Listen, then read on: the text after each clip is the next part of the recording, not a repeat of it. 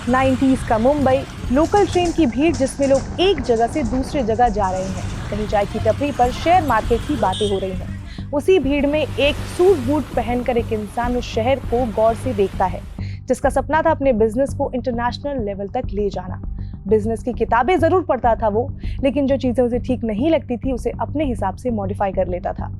किताबों में वो अक्सर मॉरल वैल्यूज के पार्ट को स्किप कर लिया करता था। उसने अपने सपने की नींव जो थी वो झूठ और धोखे पर रखी थी। आज कहानी उसी इंसान की जो हीरो के बिजनेस को एक्सपैंड करने के लिए पीएनबी जैसे सरकारी बैंक को करोड़ों का चूना लगा दिया। हम बात कर रहे हैं मेहुल चोकसी की, और आज इस वीडियो में उसने जो देश को करीब 13,500 करोड़ का चूना लगाया है उसके बारे में ही बात करेंगे।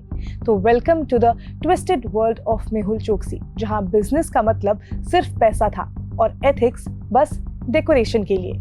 हेलो, मैं हूं स्वर्ण और आप देख रहे हैं स्विच। तो सबसे पहले ये जान लेते हैं कि मेहुल चोकसी है कौन। तो मेहुल चोकसी का जन्म 5 मई 1959 को मुंबई में हुआ था। वो एकदम ट्रेडिशनल गुजराती बिजनेस फैमिली से आता है।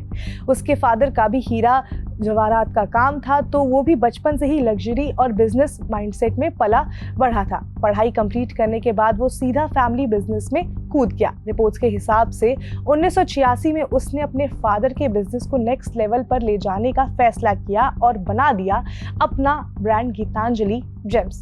इंडिया में डायमंड ज्वेलरी को मास लेवल पर बेचने का आइडिया भी उसी का था। उसका कॉन्सेप्ट था कि हीरा खरीदने का सपना मिडिल क्लास के लोग जो है वो भी देख सके। उसने इस बिजनेस को Belgium, US, West Asia, Japan, China, Hong Kong और थाईलैंड जैसे देशों तक भी पहुंचाया। अब हम वापस आते हैं कि ये जो व्यक्ति है वो इतना चर्चा में कब आया। तो मेहुल और उसका भांजा नीरव मोदी के स्कैम की कहानी जो है हम आपको डिटेल में नेक्स्ट एपिसोड में बताएंगे। तो अभी आते हैं मेहुल चोकसी पर। तो इन दोनों ने मिलकर बनाया इंडिया का सबसे बड़ा बैंक फ्रॉड। दोनों ने पंजाब नेशनल बैंक के कुछ करप्ट ऑफिसर्स के साथ मिल के ऐसे LOU यानी कि लेटर ऑफ अंडरटेकिंग इशू करवाए जिसके बारे में किसी को भी नहीं पता था। अब ये होता क्या है उसको भी समझ लेते हैं। तो कोई भी इंसान जो बिजनेस करना चाहता है तो उसे बिजनेस के लिए पैसों की जरूरत होती है, तो वो बैंक के पास जाता है और बैंक से लोन लेता है। लेकिन लोन लेने के लिए आपको जो है वो गारंटी देने की भी जरूरत पड़ती है। तो इन दोनों ने क्या किया, इन दोनों ने पीएनबी से डायरेक्ट लोन नहीं लिया बल्कि ग्लोबल फाइनेंशियल इंस्टीट्यूट से पैसे उठाए। किस बात पर? उन्होंने पीएनबी से LOU यानी कि लेटर ऑफ अंडरटेकिंग लिया, जो उन्होंने इंटरनेशनल बैंक्स को दिखाए और कहा कि हम इसी LOU के तहत हम जो है वो पैसे ले रहे हैं। इसका मतलब आसान भाषा में ये हुआ कि जो व्यक्ति पैसे ले रहा है उसके पास अगर लौटाने के पैसे नहीं हुए तो फिर पीएनबी को वो पैसे वापस करने पड़ेंगे। तो इन दोनों ने क्या किया कि पीएनबी से फर्जी LOU निकलवाए और इंटरनेशनल बैंक को दिखाकर पैसे उठाया, जिसमें कई बैंक शामिल थे जैसे कि Allahabad bank, Hong Kong branch, union bank of India Hong Kong branch, axis bank foreign branches और स्टैंडर्ड चार्टर्ड बैंक एटसेट्रा।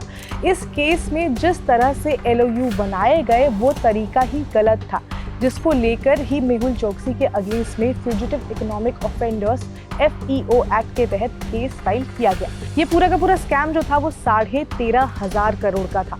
इस केस में एक और इंटरेस्टिंग बात ये थी कि इन्हें LOU बिना किसी गारंटी की मिली। मतलब सोचिए, अगर हम और आप बैंक जाते हैं, बैंक से लोन लेते हैं, तो कोई भी बड़ा अमाउंट का जो लोन होता है उसको लेने से पहले हमें गारंटी जो है वो देनी पड़ती है। लेकिन इन्होंने हजारों करोड़ का जो LOU लिया वो बिना किसी गारंटी के लिया। इसीलिए ये भी बात सामने आई कि मेहुल चोकसी ये अकेले तो नहीं कर सकते।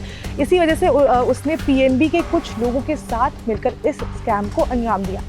जब पीएनबी के सीनियर ऑफिशियल्स को इसके बारे में पता चला कि बैंक के करोड़ों के LOU गलत तरीके से दिखाकर इंटरनेशनल बैंक से पैसा उठाया जा रहा है, तब उन्होंने ये शिकायत जो थी वो RBI से की।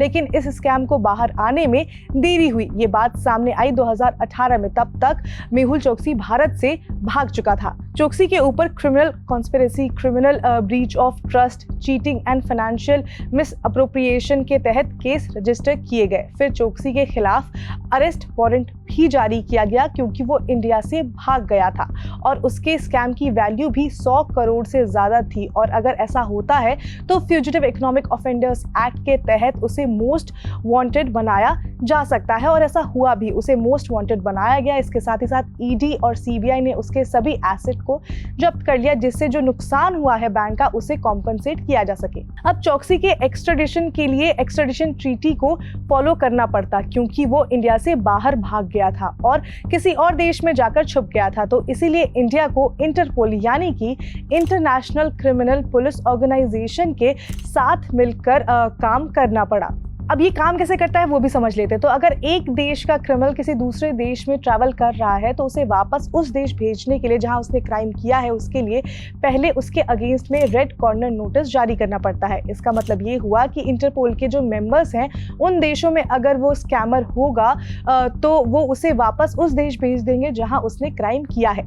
सीबीआई ने 2018 में इंटरपोल से ये रिक्वेस्ट की थी कि चोकसी मोस्ट वांटेड है इंडिया में तो उसे वापस इंडिया भेजा जाना चाहिए, लेकिन यहाँ मेहुल चोकसी ने भी इंटरपोल को रिक्वेस्ट किया कि उसके अगेंस्ट में कॉन्स्पिरेसी हुई है और जो ये रेड कॉर्नर नोटिस है उसे हटाया जाना चाहिए। और ऐसा हुआ भी। 2023 में इंटरपोल ने चोकसी के अगेंस्ट में रेड कॉर्नर नोटिस को वापस ले लिया, तो अब उसे डिपोर्ट नहीं किया जा सकता है रेड कॉर्नर नोटिस के तहत। इस बीच एक्स्ट्राडिशन से बचने के लिए मेहुल चोकसी ने वो सब कुछ किया जो वो कर सकता था।